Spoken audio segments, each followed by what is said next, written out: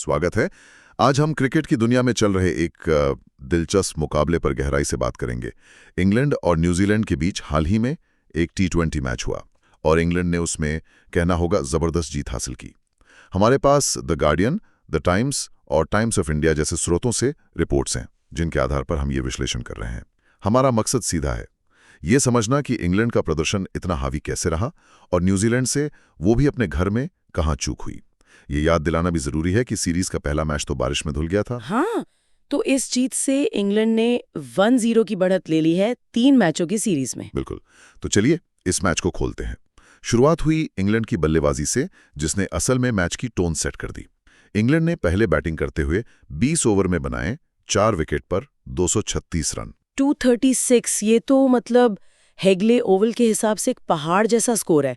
T20 में 230 पार करना हमेशा ही खास होता है। बिल्कुल, और इस विशाल स्कोर की नींव रखी सॉल्ट और हैरी ब्रुक ने।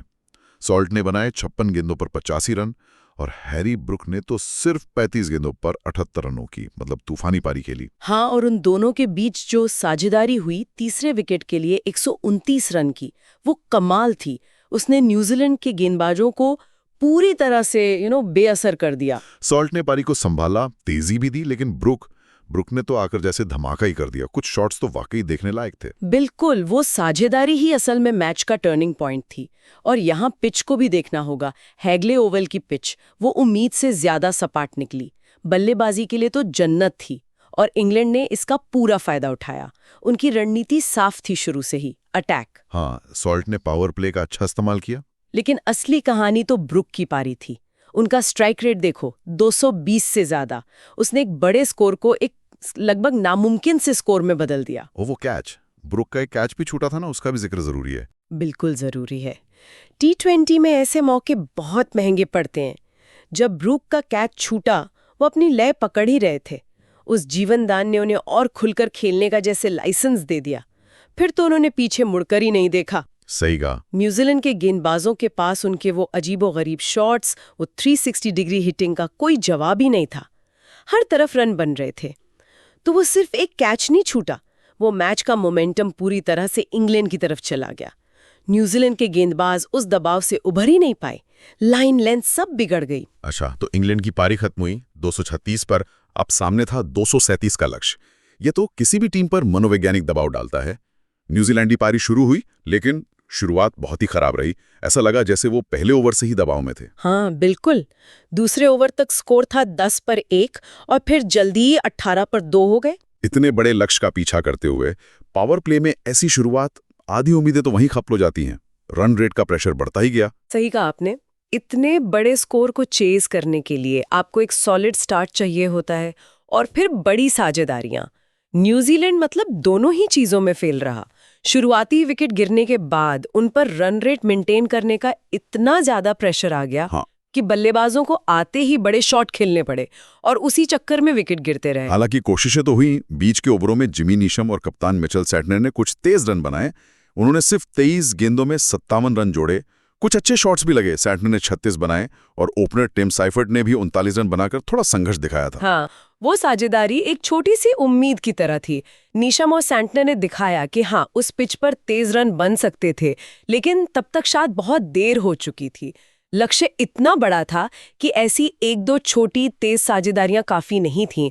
आपको कम से कम 1 या 2 बड़ी मतलब 100 रन जैसी साझेदारियों की जरूरत थी। न्यूजीलैंड के बल्लेबाज वो शुरुआती दबाव से कभी बाहर निकल ही नहीं पाए।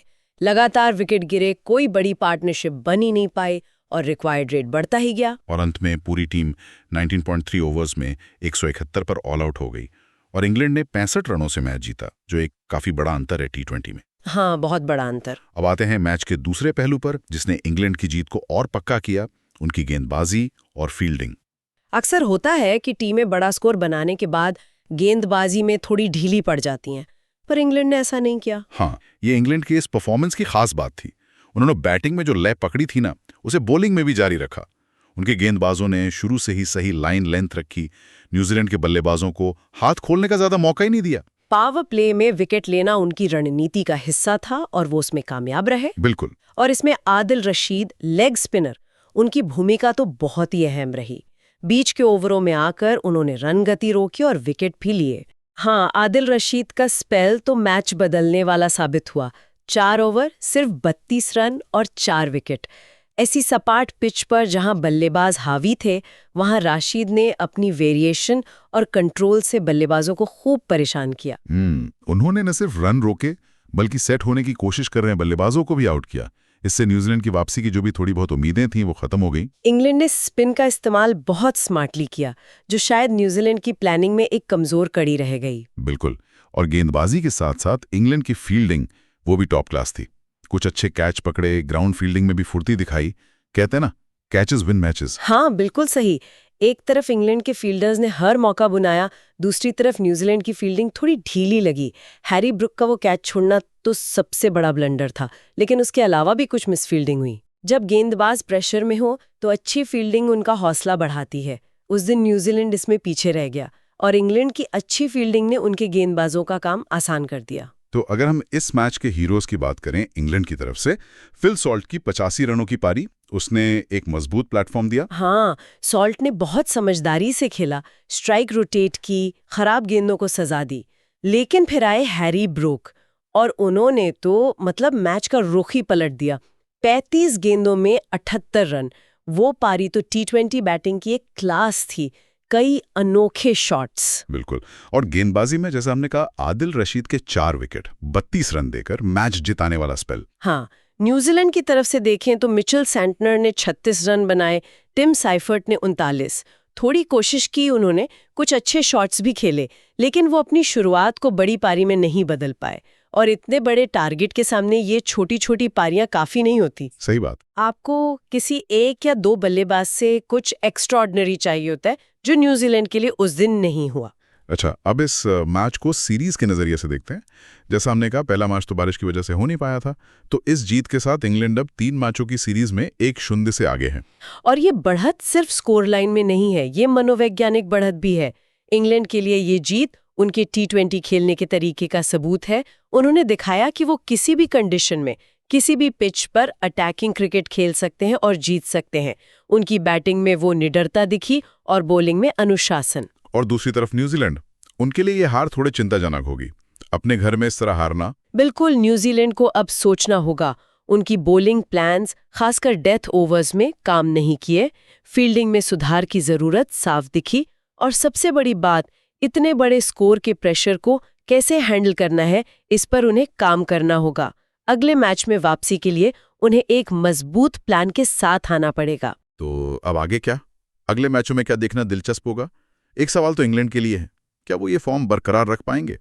एक मैच में ऐसा खेलना ठीक है, पर लगातार अच्छा प्रदर्शन करना चुनौती होती है। बिल्कुल सही सवाल है।